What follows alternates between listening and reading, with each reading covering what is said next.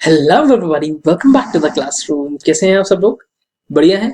चलिए सर, आज क्या बात करने वाले हैं? आज हम बात करने वाले हैं इकोनॉमिक्स के बारे में। ये इकोनॉमिक्स क्या होती है यार? सर, अर्थशास्त्र। अर्थशास्त्र हम सरकारी स्कूल में ऐसे ही बोलते थे, अर्थशास्त्र। अच्छा कोई बात नहीं, अर्थशास्त्री मेरे, ये तो बताओ इकोनॉमिक्स होती क्या है? सर इकोनॉमिक्स, ये तो पता ही नहीं सर, मतलब तो पता ही नहीं है। सब्जेक्ट शुरू करने के लिए हम लोग जा रहे हैं, बट हमारे को इको का मतलब ही नहीं पता। इको का बड़ा सिंपल सा मतलब है। इको का मतलब है study of factors of production. Factors of production क्या होता है? हाईला यही नहीं पता सर हमारे को, कोई बात नहीं। सिंपल सी बात बताता हूं सर, सप्लाई, डिमांड और प्रोडक्शन के बारे में पढ़ना इज इकोनॉमिक्स। सिंपल। अगर आपसे कोई तीन एक सिंगल लाइन में कोई आपसे पूछे व्हाट इज इकोनॉमिक्स, तो भैया जहां पे मेरे को सप्लाई और डिमांड के बारे में पढ़ाएंगे। अच्छा देखो, मैं आपको बताता हूँ सप्लाई डिमांड क्या होती है। मदर डेयरी का कितना दूध बिक जाता है रोज? ठीक है, अमूल का अमूल का दूध आता है ना पैकेट के अंदर, कितनी सप्लाई है, कितनी डिमांड है, कितना प्रोडक्शन है, बस यही इको है। इसके अलावा कुछ भी नहीं है। बहुत आसान है। कह रहे सर हमने तो दो टाइप की इको पढ़ी है। अच्छा कौन कौन सी? मैक्रो और माइक्रो। बस वही वही चीजें हैं यहाँ पर। माइक्रो में क्या होता है? माइक्रो में क्या होता है सर? छोटे एस्पेक्ट पढ़ते हैं। मैक्रो में क्या होता है? बड़े एस्पेक्ट पढ़ते हैं। वाह भाई वाह, वाह वाह वाह वाह वाह, क्या क्या डेफिनेशन बताइए, क्या डेफिनेशन बताइए। ऐसे इको की डेफिनेशन नहीं पता थी। कोई बात नहीं, कोई बात नहीं, सारी बातें करेंगे यहाँ अभी। कह रहे सर और एक और चीज हम यहाँ पे पढ़ेंगे अबाउट बिजनेस एनवायरनमेंट।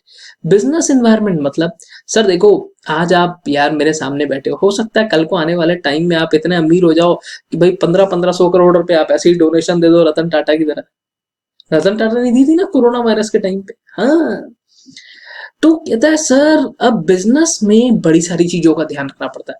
हमारे यहाँ पे बहुत सारे बच्चे होंगे जो बिजनेस फैमिली से होंगे, है ना? अब एक बात बताओ, आप चलो एक काम करते हैं, किसी की दुकान पे चलते हैं, क्या पसंद है आपको, क्या खाओगे आप बताओ? सर हम तो एक ही चीज खाएंगे, दिमाग सर। चलो कोई बात नहीं, मैं आपको डोमिनोज लेके चलता हूँ। ताना ना ना ना रे, वो पिज्जा आए हो फ्री। कहता सर डोमिनोज चलते हैं। मैंने कहा हाँ, चलो आओ डोमिनोज चलते हैं। चलो लेट्स गो। कह रहा सर डोमिनोज में क्या है? कह रहा डोमिनोज में मान लो आप एंटर कर गए तो सर यहाँ पे एक काउंटर होगा, यहाँ पे अंदर जाने का रास्ता होगा जहाँ पे आपको एंट्री नहीं है, यहाँ पे ऐसे कंप्यूटर सिस्टम्स लगे होंगे और यहाँ पे हर कंप्यूटर सिस्टम के यहाँ पे एक बंदा खड़ा होगा। How may I help you sir, can I have your contact number please? Right? ऐसे करके कहानी चल रही होती है।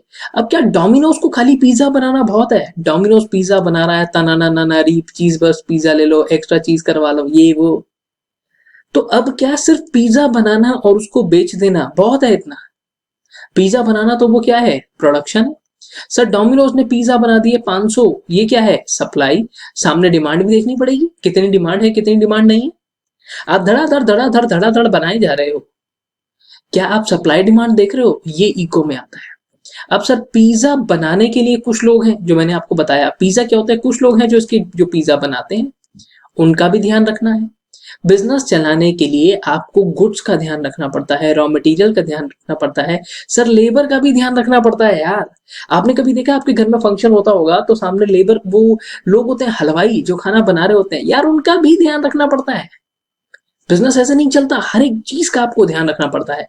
वो चीजें यहाँ पे पढ़ेंगे कि कौन सी वो चीजें हैं जो बिजनेस में किन किन चीजों का ध्यान रखना पड़ता है। ऐसा होता है ना जो लोग बिजनेस फैमिली में पापा थे यार, अरे यार आज उसने बड़ा तंग किया यार, ये बंदा बड़ा तंग करता है यार।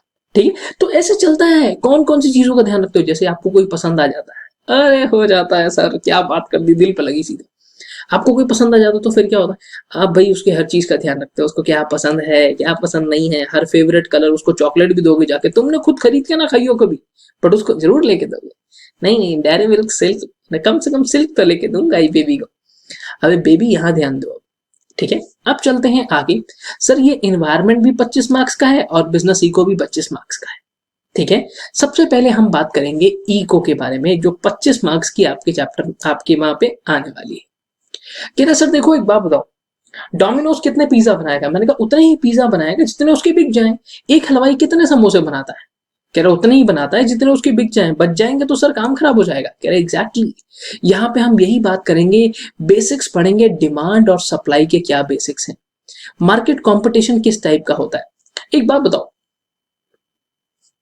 ठीक है, कह रहे सर आपने देखा है कि बहुत बड़ी मार्केट है, बहुत बड़ी मार्केट है, ठीक है, वहां पे आयुर्वेदिक प्रोडक्ट बेचने वाला बस एक ही बंदा है, दैट इज पतंजलि। है ना, पतंजलि। अब सर पतंजलि के अलावा कोई और है क्या?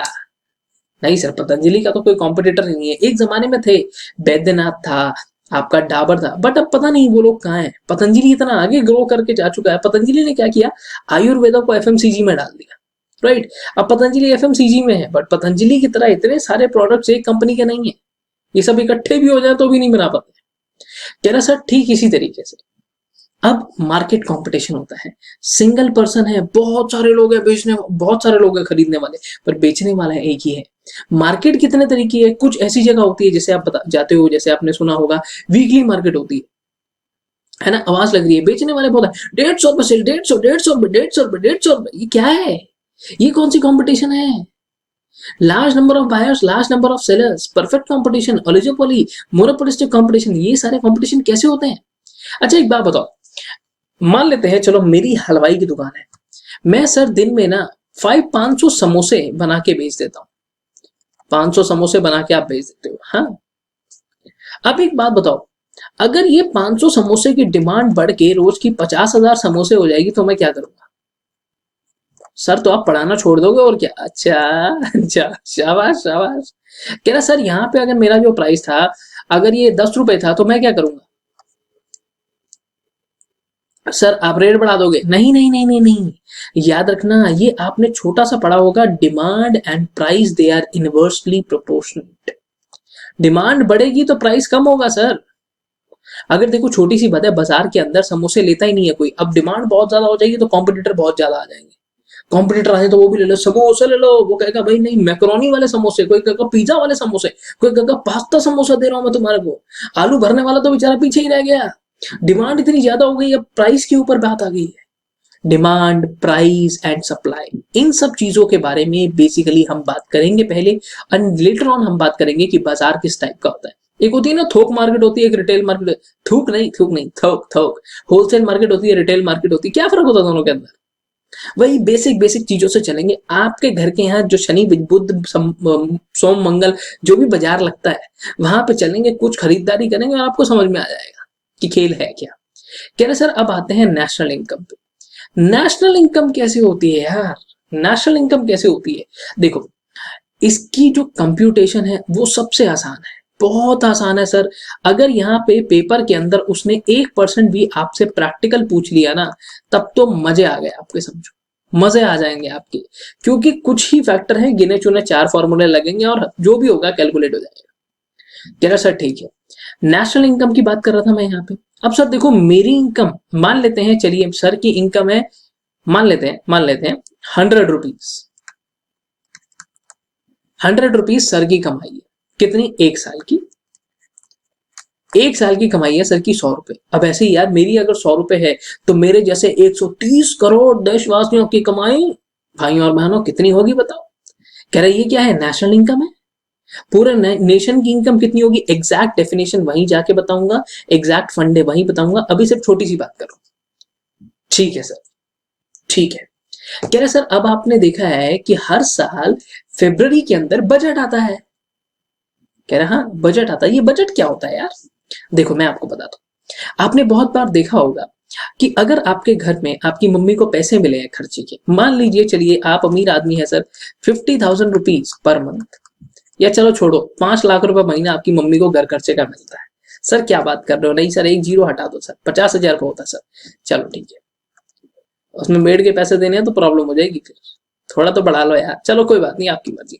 कह रहे सर 50,000 रुपए महीना, तो सबसे पहले मम्मी क्या देखेगी कि भाई मिलता कितना है और वर्सेस स्पेंड कितना करना है। ठीक है, क्या चेक करते हैं कि इनकम कितनी है और खर्चे कितने हैं, उसके अकॉर्डिंग हम बजट बनाते हैं। आगे चल के ये मम्मी वाला सिनेरियो हट जाएगा और आपको यहाँ पे पता चलेगा कि हर एक कंपनी ऐसे करती है यार। हर एक कंपनी आने वाले टाइम की अपनी इनकम यानी कि अपनी प्रोजेक्टेड सेल्स को बनाती है। सेल्स वाले होते हैं, उनको टारगेट मिलता है, कैसे मिलता है? यहीं से मिलता है। कंपनी ने बजट बनाया, आगे चल के जब आप पास हो जाओगे, अगले साल आओगे, आपको पढ़ने को एक टॉपिक मिलेगा जिसे कहेंगे बजटरी कंट्रोल। वो बजट जो है वो आपको बताता है इनकम कितनी है और खर्चे कितने हैं। सर अगर आप 10 रुपए कमाते हो तो आप 50 रुपए तो खर्चा नहीं करोगे। हाँ क्रेडिट कार्ड है तो बात अलग है, पूरी दुनिया ईएमआई पे जी रही है आजकल। ठीक है, क्या 50,000 का ले लेंगे भाई, 10 रुपए महीना कमाइए, 50,000 की चीज ले लेंगे, देखी जाएगी बाद में। नहीं नहीं नहीं, वो बातें अलग हैं। कह रहे सर इनकम गवर्नमेंट चेक करती है कि कितनी मेरे को टैक्स से इनकम आ रही है और मेरे को कितना खर्चा करना है, क्या मेरा एक्सपेंडिचर है अक्रॉस वेरियस सेक्टर्स। आपने कभी बजट सुना है? कहाँ सर, अभी हमारी उम्र ही कहाँ है बजट सुनने की। अभी तो हम गाने सुनते हैं सर, यो यो हनी सिंह वो तो पता नहीं कहाँ है बेचारा, और बड़े सारे गाने आते होंगे, बोलो वो तुम लोग सुनते होगे। सर आप नहीं सुनते गाने? सर खाली पंजाबी और अंग्रेजी गाने सुनते हैं बस, हिंदी को ये कदम रेयर, बहुत रेयर। कह रहा सर देखो, अब जब भी बजट आता है तो बजट के अंदर बड़ी सारी बातें होती हैं, बड़ी सारी टर्म्स यूज होती हैं। एग्रीकल्चर में इतना एक्सपेंडिचर, फिस्कल डेफिसिट हमारा इतना है, ये हमारे फिस्कल लॉस कहते हैं। ये फिस्कल लॉस क्या है यार, यही नहीं समझ में आ रहा है। आगे का समझ कैसे आएगा, और उसके बाद हम हटा देते हैं उसको। हमारे को वो सुनने में मजा आता है जो हिंदी न्यूज चैनल पे बोलता है, कहता है बट सर ये चैप्टर पढ़ने के बाद वो जो अंग्रेजी में प्रॉपर बजट आता है पूरा समझ में आने लगेगा कि कौन सी टर्म का क्या मतलब है, क्या फिस्कल डेफिसिट क्या होता है, कैपिटल बजट क्या होता है, रेवेन्यू बजट क्या होता है। देखो आपके पास कुछ पैसे होते हैं जिनसे आप एसेट खरीदते हो, और कुछ अपनी डेली बेसिस में जिनको काम पे लगाते हो। रेवेन्यू डेली बेसिस पे लगा रहे हो, कैपिटल जिनसे एसेट बना रहे हो, ठीक है। कह रहा सर और इसके साथ साथ फिजिकल डेफिसिट के बारे में कह रहा ओके। कहता सर अगली बात हम पढ़ेंगे अबाउट फाइनेंशियल मार्केट। अब देखो फाइनेंशियल मार्केट जैसी टर्म ही नहीं पता हमारे को। फाइनेंशियल मार्केट वाली टर्म क्या होती है? अरे वो गाना नहीं आता, क्यों पैसा पैसा करती है, हाँ वो क्यों पैसे पे क्यों, गाना नहीं गाना है, गाना नहीं गाना है। कहता सर फाइनेंशियल मार्केट के बारे में यहाँ पे बात करेंगे कि अगर मुझे पैसा चाहिए तो पैसा मिलेगा कहाँ से। सर पैसा चाहिए, पैसा मिलेगा कहाँ से? बैंक से सर। आए दिन बैंक वाले फोन करते हैं, हाँ जी सर आपको कोई पर्सनल लोन की रिक्वायरमेंट है। मेरी गाड़ी लिए हुए मुझे मुश्किल से 2 साल हुए हैं, बट फिर भी वो कह रहा है सर आपका जो लोन चल रहा है ना इसके ऊपर हम आपको और पैसा देने को तैयार है। मैं कहा तेरा भला हो यार, मैं 2 साल हुए नहीं यार, 4 साल की मेरी इंस्टॉलमेंट है, 2 साल हुए नहीं है, तू कह रहा ना भाई जबरदस्ती। मैं यार और पैसे क्यों दे रहा है, मुझे चाहिए ही नहीं। कह रहे सर आपको पैसे चाहिए होते हैं तो वो आते हैं फाइनेंशियल इकोसिस्टम से। उसमें कौन कौन होता है? दुनिया जहान के बैंक्स होते हैं, फाइनेंशियल इंस्टीट्यूशंस होते हैं, पब्लिक सेक्टर बैंक्स हैं, प्राइवेट सेक्टर बैंक्स हैं। अच्छा क्या आपने नाम सुना है इनका? आईडीबीआई क्या होता है? आईएफसीआई क्या होता है? सर ये तो फूड कॉर्पोरेशन है, धत तेरे की। फूड कॉर्पोरेशन अलग है, ये फाइनेंस कॉर्पोरेशन है। This is industrial development bank of India. अच्छा अच्छा अच्छा अच्छा अच्छा, ठीक है। ये क्या होते हैं, क्या होते हैं ये, इस बारे में बात करेंगे। हम बहुत बार देखते हैं ना न्यूज के अंदर आता है कि रेपो रेट कम हो गया, अब रिवर्स रेपो रेट की बात हो रही है, राइट। तो ये सारी चीजें यहाँ पे बात करेंगे। कह रहे सर अच्छा एक बात बताओ, आपको पता शेयर होता है? सर हाँ ओला में शेयर होती है ना, उबर में पूल होता है। नहीं नहीं नहीं, अरे वो शेयर नहीं यार। आपने क्या शेयर्स के बारे में पढ़ा है? थोड़ा सा अकाउंट्स में पढ़ा होगा, शेयर्स के बारे में, डिबेंचर्स के बारे में, प्रेफरेंस शेयर्स के बारे में। क्या इन बारे में आपने, इस बारे में आपने पढ़ा है? सर पढ़ा तो है बट हमारे को याद नहीं है। कोई बात नहीं, याद नहीं है तो हम हर एक चीज के बारे में बात करेंगे। सर ये भी एक तरीका है, पैसे चाहिए, पैसे जिसको चाहिए होते हैं उसको, खासकर जब अच्छी कंपनीज होती है। देखो सिंपल सी बात है सर, आप क्या करते हो, आपके पास मान लो आपको पैसे चाहिए, आप एक कंपनी हो, आप जाओगे एक बैंक के पास, उसको बोलोगे बैंक भैया, बैंक भैया मेरे को पैसे चाहिए। बैंक बोलेगा तुम्हारे पास गिरवी रखने को कुछ है? आप एक एसेट दोगे और उस एसेट के बदले में बैंक आपको लोन दे देगा। ये तो है पहला तरीका फाइनेंस का। दूसरा तरीका क्या है सर, आप कंपनी हो, आप एक काम कीजिए, आप पब्लिक कंपनी है तो आप शेयर्स को इशू कर दो पब्लिक में। अब क्या होगा, पब्लिक आपकी कंपनी के शेयर्स खरीदेगी और बदले में आपको पे करेगी। होता ना ऐसे, पब्लिक इशू आता है। ये क्या है, ये वाला जो सेक्टर है ना, शेयर डिबेंचर कैपिटल, ये वाला, इसे कहते हैं कैपिटल मार्केट। क्या कहते हैं? Capital market. जो आपने बैंक्स वगैरह से उठाया that is totally financial market. Financial market के अंदर ही कैपिटल मार्केट आती है, फिर प्राइमरी मार्केट आती है, सेकेंडरी मार्केट आती है, बहुत सारी और चीजें आती है। कहता सर ठीक है, अब आपको बताता हूँ थोड़ा सा इंडियन इकोनॉमी के बारे में। देखो यार कुछ अलग भिन्न भिन्न प्रकार के लोग भारत देश के अंदर है, ठीक है। कुछ लोग बिजनेस करते हैं, ठीक है, जैसे रिलायंस, टाटा, इन्फोसिस। कह रहे सर ये लोग तो बिजनेस करते हैं। कुछ लोग ऐसे हैं जो खेती बाड़ी करते हैं। सर कुछ रेड लाइट पे भी आते हैं ऐसे करके, अरे चिकने, अरे यार क्या कर रहे हो तुम लोग यार, क्लास है क्या कर रहे हो यार। कह रहा हमने क्या करा है, हमने हर एक फंडे को 3 टाइप के अंदर डिवाइड कर दिया। आए चिकने क्या कर रहे हो यार तुम लोग। कह रहा 3 टाइप के सेक्टर्स हमने यहाँ पे बनाए। क्या यार क्लासरूम में क्या है, आए चिकने। देखो, सबसे पहले आता है प्राइमरी सेक्टर, फिर आता है सेकेंडरी, फिर आता है टर्शियरी। टर्शियरी का मतलब होता है सर्विसेज। ये जो मैं आपको प्रोवाइड कर रहा हूँ ये टर्शियरी सेक्टर है। मैन्युफैक्चरिंग है जहां पे गुड्स मैन्युफैक्चर होती हैं, चाहे किसी भी टाइप की गुड्स हो, कैपिटल गुड्स हैं, चाहे आपकी डेली में यूज आने वाली गुड्स हैं, कह रहे हैं। और यहाँ पे आता है एग्रीकल्चर। पंजाबी गाने देखते हैं, उसमें हमेशा क्या होता है, एक खेत दिखाते हैं, एक गाड़ी दिखाते हैं और एक लड़की दिखाते हैं, बस। कोई भी पंजाबी पिक्चर देख लो, उसमें आपको खेत, अच्छी सुंदर लड़की और एक अच्छी गाड़ी दिखेगी दिखेगी। कह रहे सर अब इसके बाद हम ये बात करेंगे कि इंडिया के अंदर सर्विस सेक्टर को लेकर अभी क्या चल रहा है, एग्रीकल्चरल सेक्टर को लेकर क्या चल रहा है। बैलेंस ऑफ पेमेंट पढ़ा आपने? Balance of payment, sir balance of payment पता नहीं सर। ये पता है ट्रेड होता है, कुछ ट्रेड होता है। हाँ सर हमारे को पता ना, वो व्हाट्सएप पे आता ना, व्हाट्सएप पे आता है कि इंडिया के अंदर जो भी माल आ रहा है वो सारा माल चाइना से आ रहा है सर। हम सारा इंपोर्ट जो है सर चाइना से ही इंपोर्ट कर रहे हैं हम सर। अच्छा ये पता है आपको? हाँ सर ये तो हमारे को पता है, चाइना से ही सर हमारा ज्यादातर माल आता है। अच्छा एक बात बताओ, अगर मैं आपको कहूं कि इंपोर्ट होता है हमारा लगभग 700 बिलियन डॉलर्स, ये चलो एक फॉर एन एग्जांपल $700 लिख देता हूं, और अगर हम चाइना को एक्सपोर्ट करते हैं सिर्फ $100, तो अब एक बात बताओ, इसमें हमारा फायदा है या नुकसान है? सर इसमें हमारा नुकसान है। क्यों? क्योंकि सर हम कम माल बेच रहे हैं, उससे खरीद ज्यादा रहे हैं। अच्छा अच्छा अच्छा, मतलब ये फेवरेबल नहीं है, अनफेवरेबल है। बेटा आपने एक बंदे को 100 रुपीज का माल बेचा, बदले में 700 का उससे खरीद लिया, आपके लिए फायदा है या नुकसान है? आपके लिए तो खर्चा हो रहा है ना, आप बाहर से खरीद रहे हो, इंडिया के अंदर खरीदते तो जरूरत ही नहीं पड़ती। कह रहे सर नहीं ये फायदे वाला नहीं है सर, इंपोर्ट ज्यादा है एक्सपोर्ट कम है, ये सर इट इज अनफेवरेबल। शाबाश, क्या बात है। जिन बच्चों को ये अनफेवरेबल समझ में आ गया कि हमारे फायदे का सौदा नहीं है ये चाइना से माल खरीदना, कह रहे सर तो वो बच्चे तो ऑलरेडी इन चीजों को पार कर गए। फेवरेबल क्या है, अनफेवरेबल क्या है, बैलेंस ऑफ पेमेंट क्या होता है, ये सारी की सारी चीजें बहुत इजी है, बहुत इजी है। कह रहे सर अब बात करते हैं एफडीआई के बारे में। ये एफडीआई क्या है? चलो मान लेते हैं कि आपका दोस्त है ओबामा। सर आपका नहीं, हमारा नहीं, आपका दोस्त होगा, मेरा भी नहीं है। चलो मान लेते हैं, चलो ओबामा जो है वो मेरा दोस्त था बचपन का। ओबामा कहा है अभी यूएस में। ओबामा ने कहा मुझे आके कि भाई यार तुम क्या करते हो? मैंने कहा मैं ऐसे बच्चों को पढ़ाता हूँ यार।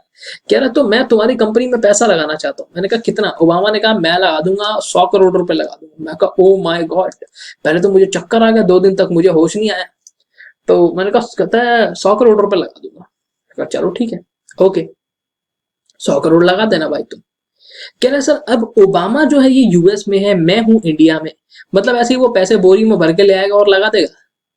कह रहा नहीं, इंडिया के बाहर से अगर कोई आपके इंडिया में आके पैसा लगाता है उसे कहते हैं एफडीआई, यानी कि फॉरेन से डायरेक्ट इन्वेस्टमेंट इंडिया में हो रही है। ये क्या होती है, कैसे होती है, क्या तरीके होते हैं? अच्छा एक बात बताओ, बीपीओ का नाम सुना है? बीपीओ का, बीपीओ नहीं सर ये नहीं पता। हाँ सर सुना है मैंने, बड़े सारे बच्चे ना बीपीओ ज्वाइन कर लेते हैं। ओके, वो भी क्या है, वो बाहर का पैसा यहाँ आके लगा हुआ है। वो एफडीआई तो है जो बाहर से लाई हुई है। बुलेट ट्रेन आ रही है आपके, बाहर के लोग आके यहाँ पे पैसा लगा रहे हैं, एफडीआई ही तो है। ये केएफसी यहाँ पे खुला हुआ है, कहाँ का है? इंडिया का है क्या? नहीं बाहर का है सर, एफडीआई वाला तरीका ही तो है। बाहर के लोगों ने आके यहाँ पे पैसा लगाया है, ये क्या है? एफडीआई ही तो है यार। ओके ठीक है सर। कह रहा सर अब एक बहुत बात, अब आते हैं बिजनेस एनवायरनमेंट पे। अच्छा देखो मैं अभी से बता देता हूँ बेटा, स्मार्ट बच्चा कौन सा है मेरे साथ? स्मार्ट बच्चा वो है जिसने यहाँ पे देख लिया कि सर 1 2 3 4 5 5 चैप्टर पढ़ने पड़ेंगे यहाँ पे 25 मार्क्स के लिए। ये स्मार्ट बच्चे की पहचान बता रहा हूँ, 5 चैप्टर मतलब 25 मार्क्स। और यहाँ पे 25 मार्क्स माने 6 7 8 3 चैप्टर पढ़ने पड़ेंगे बस। तो आप स्मार्ट बच्चे ने तो पहले ही ये पकड़ लिया है। अगर आप स्मार्ट हो तब तो बहुत अच्छी बात है, हम आपको और स्मार्ट बनाएंगे। बट नहीं हो तो कोई बात नहीं, कोई बात नहीं, कोई बात नहीं, मैं भी नहीं था यार अपने जमाने में। कह रहे सर अब आते हैं एंटरप्रेन्योरशिप सिनेरियो पे। कह रहे मतलब, कह रहे देखो अगर आप कोई बिजनेस खोलना चाहते हो, आप कहते हो कि ना भाई मेरे को ना चाय बेचनी है। मैंने कहा क्यों? कहता क्योंकि अगला प्रधानमंत्री मैं बनूंगा। मैं कहा यार ऐसे थोड़ी होता है यार, ऐसे थोड़ी होता है यार। हर चाय वाला इतना अगर काबिल है तो फिर बात ही क्या है यार। कहाँ वो चाय बेचा करता था, आज मोदी जी हैं वो, बताओ। इट्स ऑल अबाउट कि आपकी कह सकते हो ना काबिलियत के ऊपर है सारा। अब चलो आगे चलते हैं। आप आज क्या हो और क्या होने वाले हो ये आप पे डिपेंड करता है। तो इसके लिए ध्यान रखना होता है कि हम फोकस्ड हैं, वो फोकस थे ऑल द टाइम। आपका फोकस अगर आपके मोबाइल फोन पे चला गया गड़बड़ हो जाएगी सर। कह रहे सर गवर्नमेंट इनिशिएटिव्स के बारे में बात करेंगे। अगर आज मैं बिजनेस स्टार्ट करना शुरू करता हूं तो गवर्नमेंट क्या मेरी हेल्प करेगी? अब एक बात बताओ, हमारे भारत देश में आपको ये भी बताऊंगा कि इतने सारे लोग हैं, ये क्यों आ रहे हैं इंडिया में? क्यों, क्या फायदा हो रहा है इंडिया में आने का? ये बार बार आके यहाँ पे आके पैसा लगा देते हैं। क्यों सर? यहाँ से पैसा कमा के जाएंगे, क्यों बाकी कंट्री से नहीं कमा सकते? यहाँ की मेन स्ट्रेंथ है कंजम्पशन। आप कुछ भी ले आओ इंडिया में बिक जाता है, क्योंकि यहाँ पे आपको हर एक लेवल ऑफ इनकम के बंदे मिलते हैं यार। बेकार है तो भी बिक जाएगा। मैंने तो ऐसी भी जगहें देखी हैं सर, जहां पे आपका ये खाने पीने की सामान होता है, खाने पीने का सामान होता है, ये एक्सपायरी डेट हो गया फिर भी लोग खरीद लेते हैं। ओ माय गॉड सर, उसको भी खरीद लेते हैं यार, क्या बोलूं मैं आपको। ठीक है, तो अब ये जो एंटरप्रेन्योरशिप, अगर मैं सर बिजनेस खोलता हूं तो क्या गवर्नमेंट मेरी हेल्प करेगी? और ये बिजनेस खोलने की जरूरत क्यों है, एंटरप्रेन्योरशिप की जरूरत क्यों है? आपने सुना होगा बड़े सारे स्टार्टअप्स हैं, बहुत सारे स्टार्टअप्स होते हैं। ये स्टार्टअप क्या होते हैं यार? ये स्टार्टअप क्या है? ठीक है, इस बारे में बात करेंगे कि बिजनेस खोलूंगा तो गवर्नमेंट क्या हेल्प करेगी और मेरे को बिजनेस खोलने में प्रॉब्लम क्या आएगी। क्योंकि बहुत सारे बच्चे, ऐसा तो नहीं होगा कि हर कोई जाके अपनी नौकरी करेगा, नहीं, बहुत सारे बच्चे बिजनेस भी खोलेंगे, कुछ का ऑलरेडी फैमिली बिजनेस होगा, वहां पे इसमें हेल्प मिलेगी। कोई भी पढ़ाई वेस्ट नहीं जाती है। और आगे लेके चलता हूँ, कह रहा सर देखो बिजनेस के अंदर क्या होता है ना, बड़े सारे फैक्टर्स ना आस पड़ोस से जोड़ डालते हैं। मैंने कहा जैसे, कह रहा सर आपके इकोनॉमिक फैक्टर्स हैं, सोशल फैक्टर्स हैं, टेक्नोलॉजी अपडेट हो जाती है सर। आज के टाइम पे ऐसे भी आपको मैं बता देता हूँ कि यार एक जमाना था जब हम लोग ऐसे व्हाइट बोर्ड पे खड़े हो जाते थे, वहां पढ़ा रहे होते थे, कहते बट अब ऐसा नहीं है। अब ऐसा नहीं है सर, अब आप और मैं है बस, ठीक है, देखो आराम से इजीली फ्लेक्सिबल फंडा है, कहीं पर भी जो मर्जी हो क्लास चल रही है बिंदास। तो क्या है, बहुत सारी टेक्नोलॉजिकल एनवायरनमेंट होता है बिजनेस के अंदर, पॉलिटिकल चेंजेस होते हैं, लड़ाई हो जाए तो क्या होगा सर, आपके बिजनेस तो नीचे आ जाएगा। उस एनवायरनमेंट में आप कैसे सस्टेन करोगे? इकोनॉमिक चेंजेस आ जाते हैं, गवर्नमेंट ने टैक्स बदल दिया, गवर्नमेंट पहले सर्विस टैक्स था, अब जीएसटी आ गया, 12% देते थे बेचारे बच्चे, 18% देने लग गए हैं। लीगल एनवायरनमेंट, नए लॉस आ गए हैं सामने, क्या किया जाए? इन सारे बिजनेस, इन सारे टाइप के एनवायरनमेंट हैं तो होते कैसे हैं, और आने वाले चेंजेस के लिए हम खुद को कैसे प्रिपेयर करें? बंदा वही बहुत समझदार था जो बहुत पहले ही 2002 के अंदर प्रपोजल आ गया था कि हम जीएसटी लेकर आएंगे। 15 साल लगा दिए सर, 15 साल लगा दिए यार आपने। ठीक है, तब तो हमने सुनना शुरू कर दिया था कि हाँ जीएसटी नाम की कोई चीज आएगी, but people were not prepared. आप समझदार हो, आप प्रिपेयर्ड हो तो मजा आएगा। कह रहा सर अच्छा हम बार बार ना आजकल एक बात करते हैं, ease of doing business. Ease of doing business क्या है? ये ईज ऑफ डूइंग बिजनेस क्या है? कह रहा मतलब बिजनेस करना इजी होना चाहिए। मैंने कहा मतलब कैसे? कह रहे सर देखो आप अगर एक दुकान खोलते हो, ठीक है, वैसे तो आधे बच्चों को ऐसा ही लगता है कि अगर मेरे को कोई दुकान खोलनी है तो बस ठीक है मैं जाऊंगा एक दुकान किराए पे खरीदूंगा, वहां पे माल डालूंगा और बस काम शुरू हो जाएगा। नहीं, बहुत सारे अप्रूवल्स लेने पड़ते हैं। शॉप एंड एस्टैब्लिशमेंट एक्ट आपको पता ही नहीं है सर। अगर मैं आपको बोलूं कि आपको एक रेस्टोरेंट खोलना है जिसके लिए आपको कम से कम 100 जगह से अप्रूवल लेना है, तो क्या आप रेस्टोरेंट खोलोगे? नहीं सर, नहीं। बट अगर मैं यही आपको कहूं कि 100 की जगह से नहीं, सिर्फ 20 जगह से अप्रूवल लेना है, तो अब आप खोल लोगे सर। अब मैं कहूं कि 20 जगह से भी छोड़ो, 3 जगह से अप्रूवल ले लो, बाकी जगह सब छोड़ो। अब एक बात बताओ, ये क्या हो रहा है? बिजनेस करना इजी हो गया। पहले 100 अप्रूवल चाहिए थे, फिर 20 हुए, अब 3 अप्रूवल हो गए। ये क्या है? बिजनेस करना easy, ease of doing business. कि अगर कोई नया बंदा है जो बिजनेस करना चाह रहा है, जैसे मैं बताता हूँ, मोटू और पतलू ये दोनों मिलकर क्या करना चाहते हैं? समोसे की दुकान खोलना चाहते हैं, क्योंकि खाली पेट मोटू का दिमाग चलता नहीं है। मोटू पतलू मिलकर समोसे की दुकान खोलना चाहते हैं, बट अप्रूवल इतने इनको समझ ही नहीं आ रहा है क्या करना है। गवर्नमेंट ने कहा कोई बात नहीं, पहले 100 अप्रूवल थे, अब 3 अप्रूवल लेकर आ जाओ, तुम काम कर लो, लोग खुश खुश।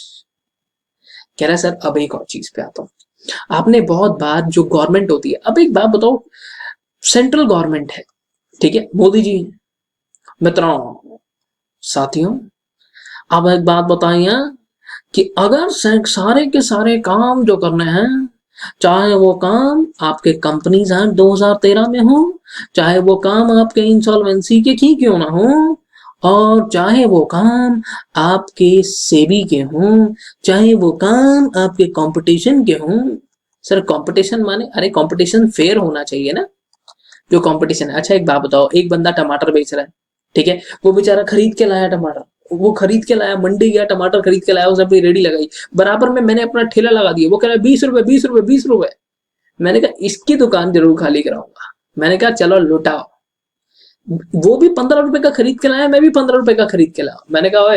मैंने कहा 10 रुपए, 10 रुपए, 10 रुपए। मैं क्या कर रहा हूँ, प्रीडेटरी प्राइसिंग कर रहा हूँ सर, ये फेयर कंपटीशन नहीं है, मैं तो लॉस में बेच रहा हूँ। मैंने कहा खड़ा रहा, कब तक आएगा, आजा। यही किया था रिलायंस ने। रिलायंस पे केस हो गया था प्रीडेटरी प्राइसिंग का। रिलायंस को ये कहा गया कि भैया तुम अपने मार्जिन से भी नीचे बेच रहे हो, कॉस्ट प्राइस से नीचे बेच रहे हो, ये फेयर कंपटीशन नहीं है। इस बारे में भी बात करेंगे। जब आपको कंपटीशन एक्ट कभी देखने को मिलेगा ना, तब वहां पे सर ही मिलेंगे। कह रहे सर की गवर्नमेंट फंक्शंस के बारे में यहाँ पे बात करते हैं, जहाँ पे वेरियस इंस्टीट्यूशंस हैं, जैसे नीति आयोग है, एमसीए है, मिनिस्ट्री ऑफ कॉर्पोरेट अफेयर्स है, सेबी है, securities exchange board of India, RBI है, reserve bank of India, IBBI. किसकी बीबीआई? बीवी नहीं I, insolvency and bankruptcy board of India, जो इंसॉल्वेंसी वाले मैटर्स से डील करता है। शुक्र है भगवान का ये आ गया, इंसॉल्वेंसी एंड बैंक्रप्सी कोड। वरना हमारे भारत देश में अगर कोई बंदा दिवालिया हो जाता था ना, सालों लग जाते थे उसको। विजय माल्या का 2005 में पता चल गया था सर। कहाँ है वो, कहाँ है, बाहर। अगर ये एक्ट आपके पास आज होता, यानी कि इंसॉल्वेंसी एंड बैंक्रप्सी कोड 2016 आपके पास होता, तो सर 180 डेज के अंदर आपके पास रेजोल्यूशन होता इंसॉल्वेंसी का। सीसीआई जो कंपटीशन से डील करता है, एनसीएलटी, एनसीएलएटी, ये दोनों की दोनों चीजें डील करती हैं कंपनीज एक्ट 2013 से। ये क्या है, गवर्नमेंट ने अपनी बॉडी बना दी है। जैसे आपके घर के अंदर क्या है कि आपकी मम्मी सारा काम खुद तो नहीं करते, ठीक है, उसके लिए मेड है, मेड आती है, थोड़ा सा काम आउटसोर्स किया हुआ, झाड़ू पोछा वो कर जाती है, बर्तन वो धो जाती है, कपड़े भी वही धो जाती है। तो अब ये काम क्या क्या है, आउटसोर्स किया हुआ है। ऐसे ही गवर्नमेंट ने कहा यार बार बार हम कहाँ बीच में आते रहेंगे, तो गवर्नमेंट ने क्या किया, ऐसे बहुत सारी स्टैट्यूटरी बॉडीज बना दी। स्टैट्यूटरी कहो या रेगुलेटरी कहो, बहुत सारी ऐसी बॉडीज बना दी जो गवर्नमेंट के लिए काम करती हैं, और हर एक की अपना अलग एरिया ऑफ स्पेशलाइजेशन है। ये हर एक बॉडी है क्या, इस बारे में भी बात करेंगे। समझदार बच्चे ध्यान रखो, 25 नंबर मायने के 3 चैप्टर। आपको पता है मुश्किल पेपर यहाँ फंसाएगा वो, क्यों, यहाँ वो डेप्थ में जाएगा क्योंकि 3 ही चैप्टर हैं, और यहाँ पर वो ऊपर ऊपर से चीजों को पूछेगा 1 2 3 4 5, क्योंकि कंटेंट बहुत है, इतना डिटेल में जाने का जोर नहीं लगाएगा। चलिए सर एक और चीज बता देता हूं, यहाँ पे इकोनॉमिक एंड बिजनेस एनवायरनमेंट का पेपर 35 क्वेश्चंस आएंगे और आपका 50 नंबर का पेपर है, ठीक है। बस आज के लिए इतना ही, बेसिक्स इतने बहुत है यार। Fourth umpire class, let's be friends, इतना बहुत है। बाकी अब बात करेंगे क्लासेस में। चलिए bye, take care of yourself, will see you in next class, bye.